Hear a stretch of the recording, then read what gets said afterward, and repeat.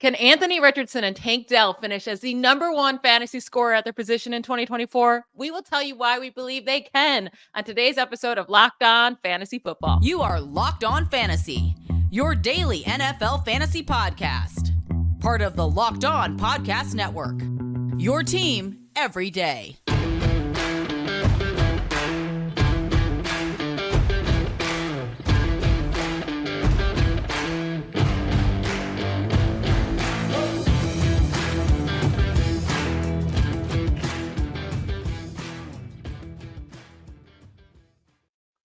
Thank you for making Locked On Fantasy Football your first listen every day. We are part of the Locked On Podcast Network, your team every day. I am one of your hosts, Michelle Magdziuk. When I'm not doing this, I'm a researcher and fantasy analyst over at NFL Network. Vinny, again, is not here today. He'll be off today and tomorrow, but he will be back Monday after his fabulous vacation. I'm joined again by Matt Okada. He was with us yesterday. We needed to bring him back because he just has so many amazing things to say. But if you don't know him, he's the director of fantasy football over at NFL Network and a very, very dear friend of mine. Today's episode is brought to you by Game Time. Download the Game Time app, create an account, and use code LOCKEDON for $20 off your first purchase.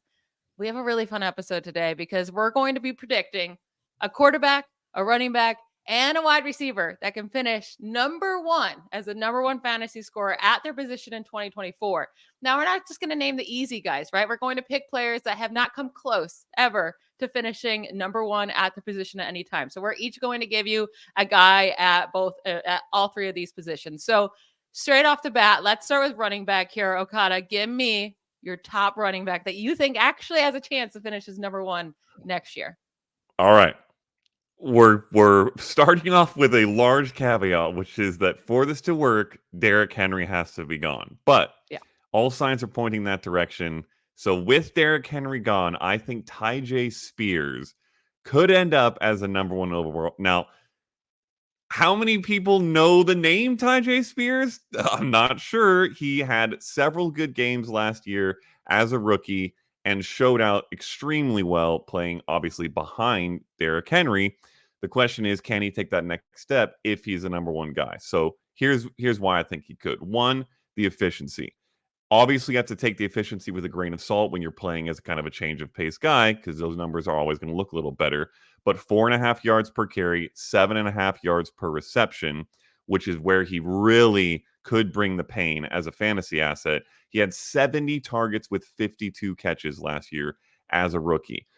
He, to me, gives the vibes of Tony Pollard, previously playing behind Zeke, and Austin Eckler, if you all remember, playing behind Melvin Gordon several years ago. In fact, for those concerned about Tyjae Spears' size, which is a fair concern, he's the exact same size, height, and weight as Austin Eckler, and his sophomore numbers, or his numbers last year as a rookie, look a lot like Eckler's sophomore numbers did, and that he was the RB6, Eckler was the year after that, with Melvin Gordon still leading the backfield. Now, the big question is, who will be leading the backfield in Tennessee? Because if it's Tyjae Spears, I think we all expect there to be a change of pace guy, a bruiser guy, a 1B. And it's not impossible that even with Henry gone, they go out to get a 1A and leave Spears as the third down guy.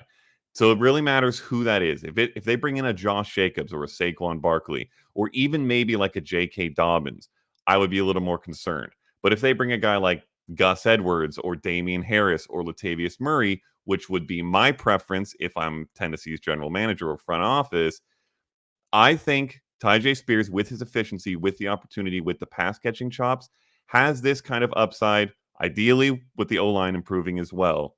But I think he could do it. I think what's really great about this is we're going to know by their moves in the offseason, like you said, what they truly believe of Tyjae Spears. If they think he can handle the backfield, they'll bring in a guy like us. Like, they have to bring in bodies. Like, I know they're going to sign people and instantly Twitter is going to be like, see, Tyjae Spears not it. Like, they don't like. Yep. Everyone doesn't understand. You have to have bodies in the backfield. You can't just go in with one singular running back. They're going to bring in someone with a name, but how big is that name? How good is that player? That's key. And like you said, if they bring in a Josh Jacobs, yeah, I'm out. Or a Saquon Barkley, like, no, that's saying they don't have enough faith in Spears to be the lead back. But I am interested because, like, what if they brought in Zach Moss? What would be your feelings with that? You know, I Ooh, just have to bring him up whenever I can. of But like course Zach you Moss do. could be that, like, that power back to Yeah. that can I, replace, I using quotes, Derrick Henry. But yep. I would honestly feel pretty okay about that. I'd put him in the tier with like if they brought in AJ Dillon. I think that's kind of no, similar. he's way better than AJ Dillon. Okay, they're both what they are, which is strong When backs. Zach Moss gets a chance to start, he's great. When AJ Dillon gets a start, the True. chance, garbage. That's very fair, but I think the goal is here for neither of them to get the chance to start, or at least not in the sense of being the lead back. I think that those kind of guys make a lot of sense both for the Titans to bring in because they would be effective at what they do, and for Tyjae Spears to still kind of take the lead role. If it was Moss or even Dillon, that would be my fringe mark where I'm not sure, and I wouldn't feel super confident about this, but I wouldn't feel as scared as I would about a guy like Jacobs or Barkley. Yeah, it'd be nice if they brought in like an Antonio Gibson or something like that. Antonio Gibson Yeah, or Gus Edwards, that I that don't mind. you feel a little bit Yep. better about Spears getting the main job there. My guy, I'll say this is the one out of these three positions that I feel least confident in. All right. But I'm gonna go with Kenneth Walker out of the Seahawks. We have to remember last year it was an injury riddled season for him, right? It started right off the gates in training camp. I mean, right at the beginning of training camp, he got the groin injury, kept him out for a really decent chunk of training camp. He was ready to go for the season. He looked really good. And then they started to get Zach Charbonnet a little bit more involved. But week 11, that's when he sustained the oblique injury. He was out weeks 12 and 13, limited in week 14, and then got a shoulder injury in week 15. And so, like, pretty much the whole second half of the year was just a wash for him. And the reason why I'm a little bit worried about saying Kenneth Walker can be the RB1 is because he's not super involved as a pass catcher, right? So it's going to be really hard to finish there without doing that. But where I do think he has the upside is with touchdowns. I mean, when he was healthy last year, especially the first, half of the season, he was scoring touchdowns like crazy. And I think that's still going to be his role in this offense. And we know he is a home run hitter, so he can have the efficiency on the ground. He can bring anything to the house in any given carry, and then also he's really good at scoring those touchdowns. And I love that they changed their head coach from, I mean, Pete Carroll. It was time for him to go, right? I just felt Yes, like it it was time was. for a change up. But Yep. they went and hired a defensive minded coach and Mike McDonald. And if anyone knows how important running the ball is for his True. defense, it's Mike McDonald coming from the Ravens over there. So I think they're going to run a lot to open up the passing game, and hopefully that leads to more opportunities for Walker and touchdowns. I do think this could be a year Walker is one of those guys that can score 18 touchdowns, and that's Yeah. his way into being the RB1 on the season. Yeah, I think I really like these two picks because I think they give the two sides of the coin of how you become the RB1. One is by being the Eckler type who catches a ton of passes. Now, Eckler also scores a ton of touchdowns, so he kind of Yeah. meets both. But that's one way, and that's kind of the way Tyjae Spears does it. The other way is to go like the Raheem Mostert route from this last year, where you just score a touchdown every time you get the ball anywhere near the end zone. And I think Kenneth Walker absolutely does have that kind of ability and upside. He showed it last year. He showed it both years whenever he's been healthy. So if he can stay healthy and if he does get that kind of touchdown number, I think he absolutely has this kind of upside. The big plays certainly help, like you said. I like the pick. I think he's going to be a really nice value this year, for sure in Yeah. drafts. And then one guy I wanted to bring up quickly, it's Jahmyr Gibbs. I mean, we both would have named him, right? But it Yep. seems too obvious. Like, of course, Gibbs with that talent that he has, breakaway speed, his receiving chops, he's going into his second year. It seems like a really too obvious of a choice. So we left him off, but we both agree here that he could very much end as RB1. And then you put in one other name I was shocked by, James Cook. And I don't think a running back for the Bills has even a chance to be a top 5 running back ever. Well, so it really depends on what they decide to do with the offense. But James Cook, last year when they switched offensive coordinators from the middle of the year on, was a top 6-ish running back. So does he have the upside to hit number Top one? I think 6-ish. yeah, top 6-ish on a weekly. I mean, I think he was 5 or 6 for that span after the Okay. switch. But it really just matters again with the touchdowns. He kind of suffered from the Tony Pollard issue where they didn't want to see him, except Tony Pollard actually got the ball at the goal line and just couldn't score. They just wouldn't give him the ball. He was still really good. I think that if he manages to score I'll put it at 13 touchdowns. He could be the number one for a similar type of reason as Spears, which is he can be involved as a pass catcher. He does do that well, but also he has that breakaway speed. And if they don't bring in someone else good who's going to steal the goal line work, I think he has that kind of upside. Yeah, Josh Allen taking 15 rushing touchdowns away Yeah, isn't going to he is help, the goal but line back. yeah, he is the goal line back. I'm really interested in your wide receiver pick that you're going to talk about, and I want to know who you think his quarterback's going to be, because that's the key here. We'll hop into that in our next segment.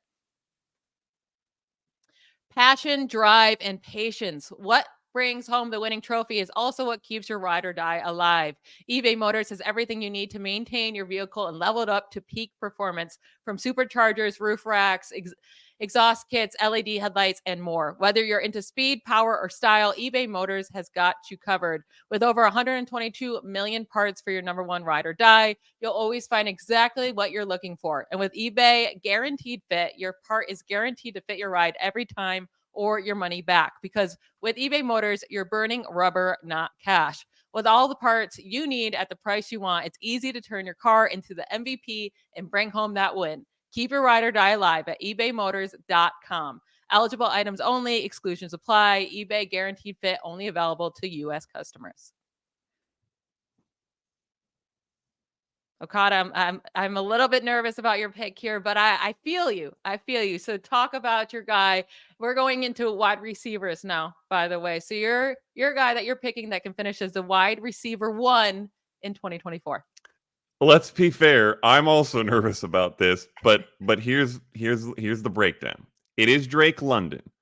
Now, if you look at his first 2 years and you look at the numbers, this feels like a massive stretch, because basically the exact same numbers both years, around 115 targets, 70 catches, 900 yards, and 3-ish, I think it was 2 and 4 touchdowns. That's unbelievably disappointing, especially for a guy you take with the 8th overall pick.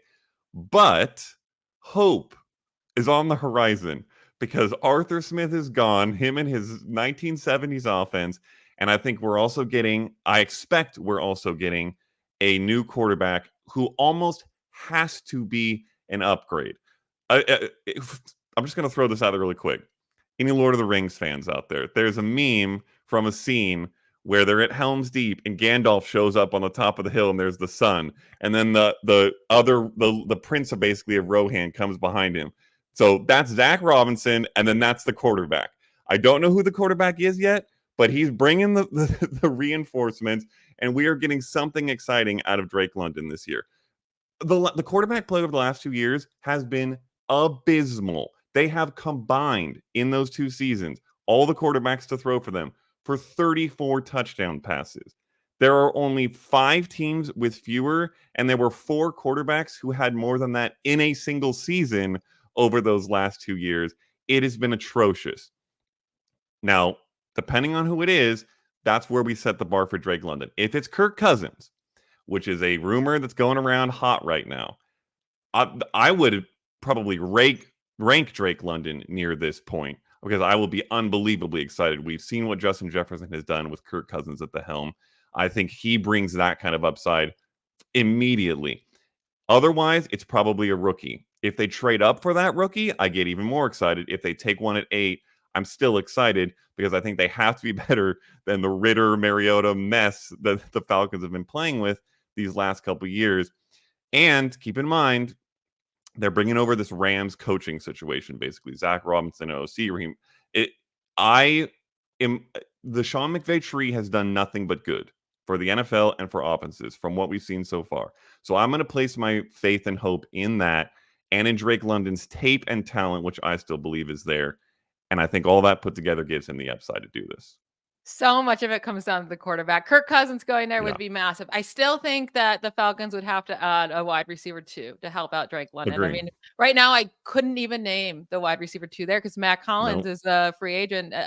Olamide Zaccheaus, was he with them last year? I think he was still there last year. Okay, well, he's also a free agent. So I don't know. And also isn't a 2.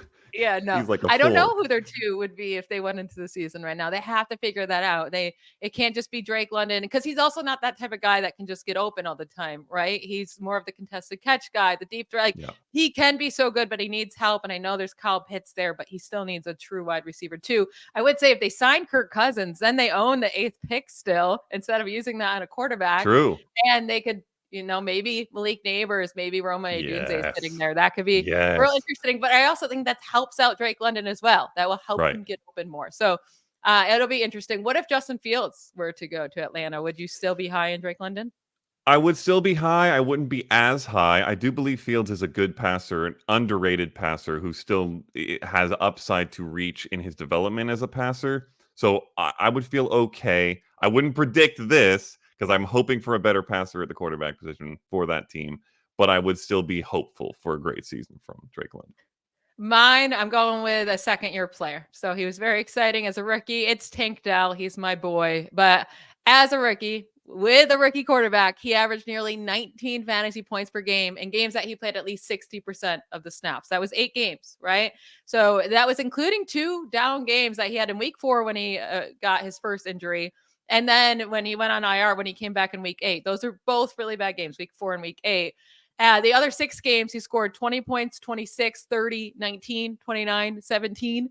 Finished as a top 3 wide receiver in 2 of his last 4 games played, and then was wide receiver 11 and wide receiver 19 in the other 2 of those 4 games. Like, he was coming along, and what it was too is that the team was starting to believe in him more too and getting him out in the field. So it stinks that he got that leg injury, broken leg, when he was blocking for no reason near the goal line at, like, smaller than I am. There was no reason for him to be in that situation, and it ruined such a good rookie season for him. But in the games leading up to his week 13 injury, where he was out for the rest of the year, he was getting a ton of playing time. His snap percentages were at 85%, 96, 80%, right up to that last game. So the team was really starting to believe in him, getting him out there more than the veterans like Robert Woods and those type of players, because he's just better than them. And I would not have Tank Dell this high if they didn't keep Bobby Slowick, their OC. That is huge. That's huge for CJ Stroud. That's huge for everyone on this team. But I think Tank Dell coming into his second year, and I'm not worried about the bone break. Like, I don't really worry about broken bones as much as I do with like serious knee injuries or soft tissue issues. Like, the bone heals and you're fine. Like, you don't have to worry about it re-breaking. I feel like he's fine. He'll be good to go for the season. And I actually just met him like a month ago, and he looked like he was all the way fully healed already. He looked good. So I am super pumped on Tank Dell, and I think he does have that number 1 upside at his position. All the way healed, but could you have beaten him up in a fight if it came to it? That's the question. I did not feel small next to him, I'll say. But he was bigger. He was taller than me. Probably might have weight on him, but yeah.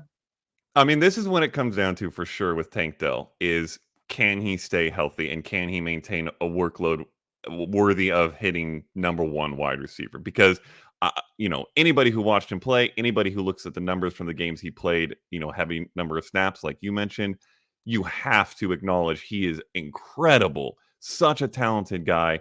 And if given the opportunity, will take it and run with it and be a great fantasy asset. But will he stay healthy? Tough. So I had to go back to my research days and pull up some numbers real quick when I saw this name on the doc. So don't hate me for this. All right. No wide receiver below 170 pounds has ever reached 200 fantasy points in a season. The record is 183 by a guy named Stacey Bailey in 1984. Now, Dell was on pace to beat that. He was on pace for 218, but that's the point, is that he didn't maintain that pace because he got injured. So, well, hopefully they're not stupid enough to use him right as inside, a blocker. Offensive line. It's not even he was just a blocker. He was like an offensive lineman. Like, why was he right there? Nobody understands. Hopefully they're not that stupid again. I mean, that injury is not on his weight. Like, that was just stupid. No, it's certainly not. It was on his usage, but that's just what it comes down to. And we've seen, a lot of history of the best wide receivers in the NFL have a certain body type, and those who are smaller. Deshaun Jackson was great, but he never hit that number 1, and that's some of potentially the reason why. Not all of it, obviously, and I think Tank Dell might be more talented than Deshaun Jackson, which is saying a lot.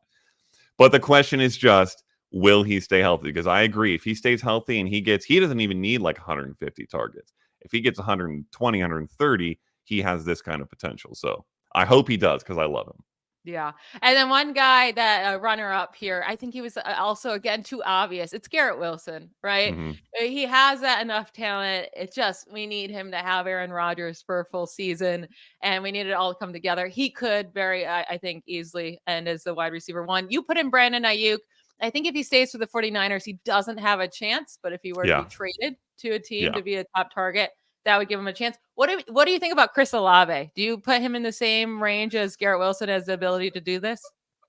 I think he has that talent that Garrett Wilson does, but without a quarterback like Aaron Rodgers or somebody who can support that kind of upside, I don't see Olave doing it. I love ranking Olave as a wide receiver one.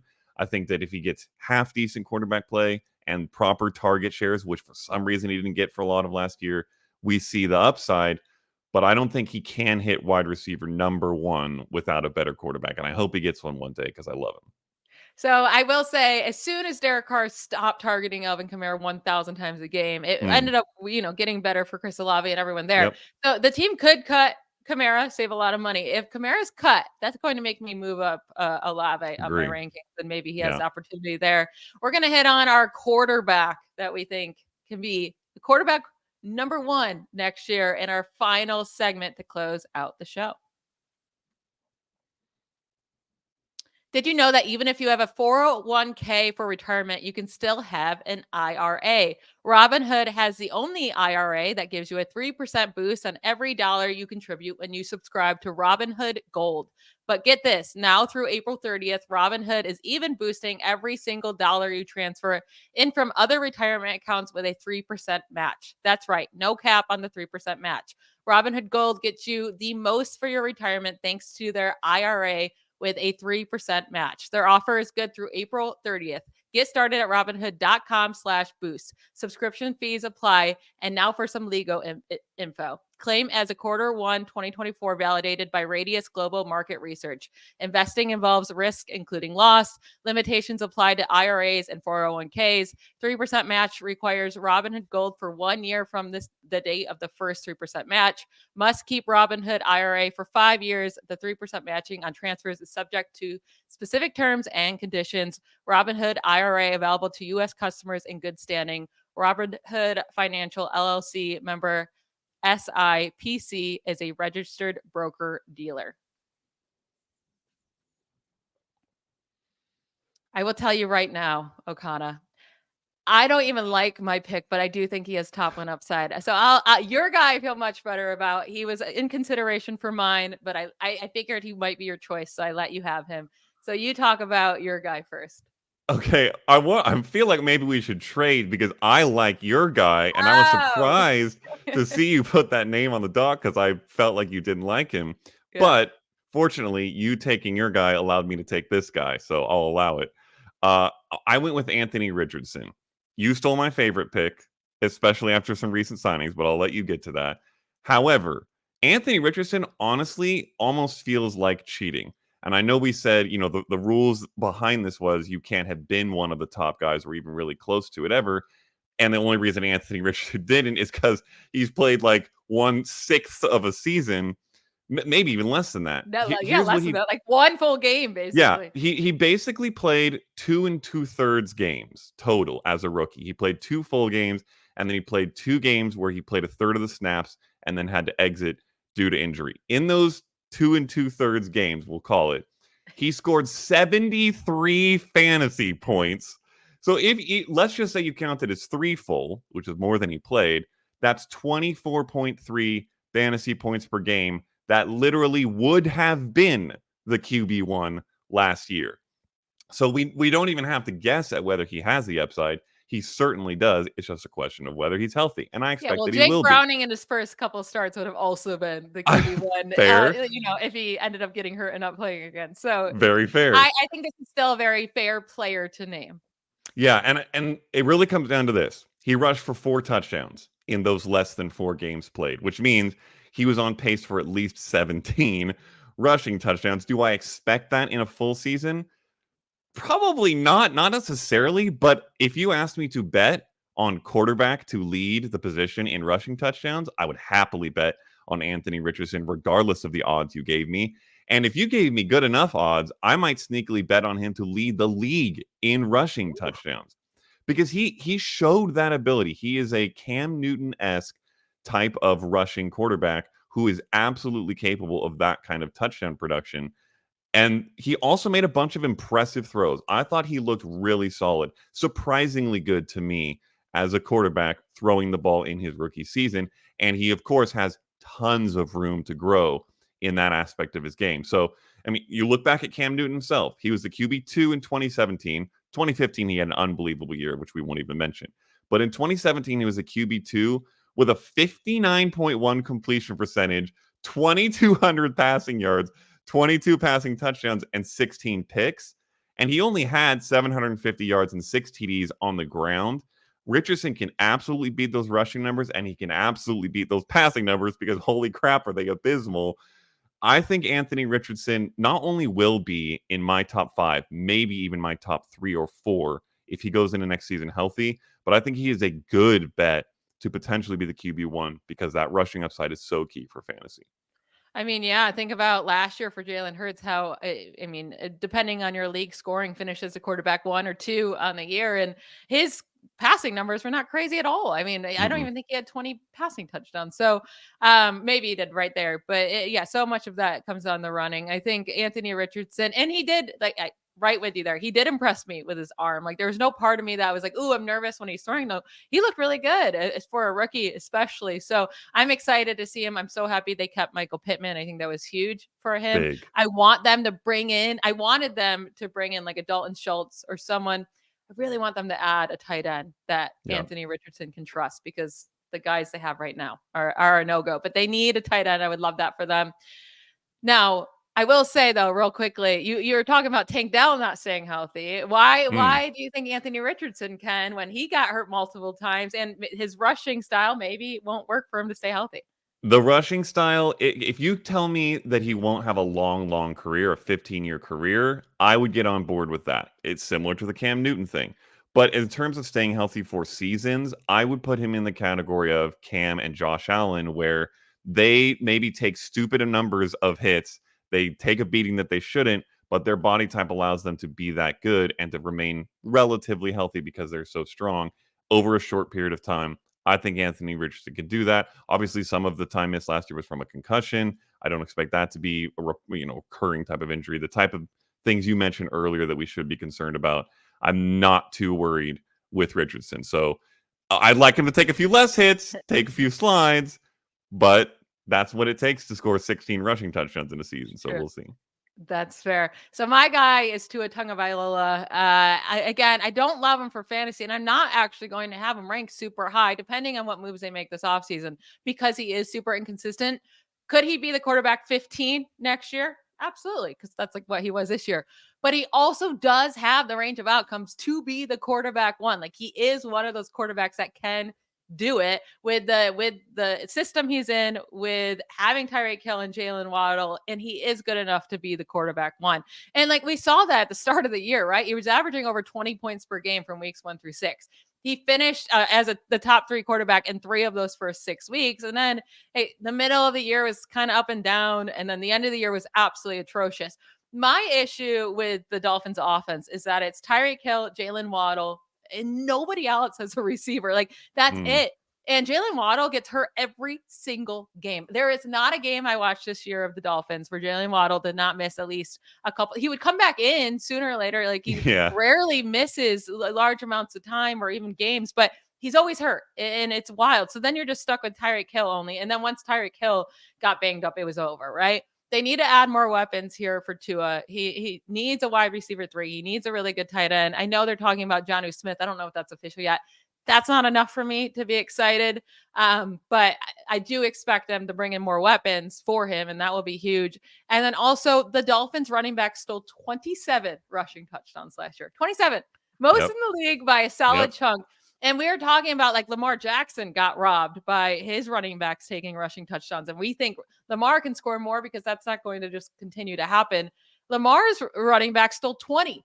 and Tua is still 27. So I do think Tua could have had better weeks last year. He's on an amazing offense that scores a ton of points. It was just Mostert scored every time he touched the ball, like every time, or Devin Achane when he was healthy, like every time those guys touched the ball. So I do think there is huge high upside for Tua, but also we know there is a low floor and inconsistency with him as well. So it could go either way, boom or bust. Yeah, I think you hit on really all the proper points here. And I've been a truther since the beginning, so I love him. That's why when when I saw you put your name on him, I was kind of sad. But over that last half of last year that you were talking about, that really bad stretch, he was playing really good pass defenses for most of that stretch. He played the Jets twice, he played the Cowboys and the Ravens. It was tough. So I don't think we should expect to see that as a norm for him moving forward. And then the rushing touchdowns you brought up, not only did they lead the league, they scored. I had to pull this up too because I figured this would be part of the discussion. They scored on 5.9% of their rush attempts. That is nearly double the league average, which is 3.2. It was absurd how efficient they were scoring touchdowns on the ground. And when you see that kind of absurdity, it can mean one of two things. One, Mike McDaniel's just a freaking genius, which in fairness, he kind of is. But two, and the much more likely option, that's just going to come down. It's going to regress to the mean. That's not sustainable. And when those numbers come down to his numbers, it just makes sense, will go up. So I absolutely agree. I would like them to add a little bit more. I think the Jonnu Smith thing is official as of today while we're recording this. So that's kind of nice. Obviously, he's not, a Travis Kelce, but he's a decent receiving weapon and he can produce. So I like that for Tua too. He's better than Durham Smythe. Yeah, that's not a low bar. Smythe was the third target on this offense last year. So they definitely needed to upgrade there. That is it for today's show. Thank you so much to Matt Okada for joining us today and yesterday. If you missed yesterday's show, go listen to it. You can see all of his work on NFL.com over the season. He puts out great stuff over there. Thank you to you all for making Locked On Fantasy Football your first listen every day. Everydayers. I will be back tomorrow with my wife, Kate. We don't know exactly what we'll be talking about yet, but something real fun for fantasy. We promise you that. Have a great night, everybody. Bye, y'all.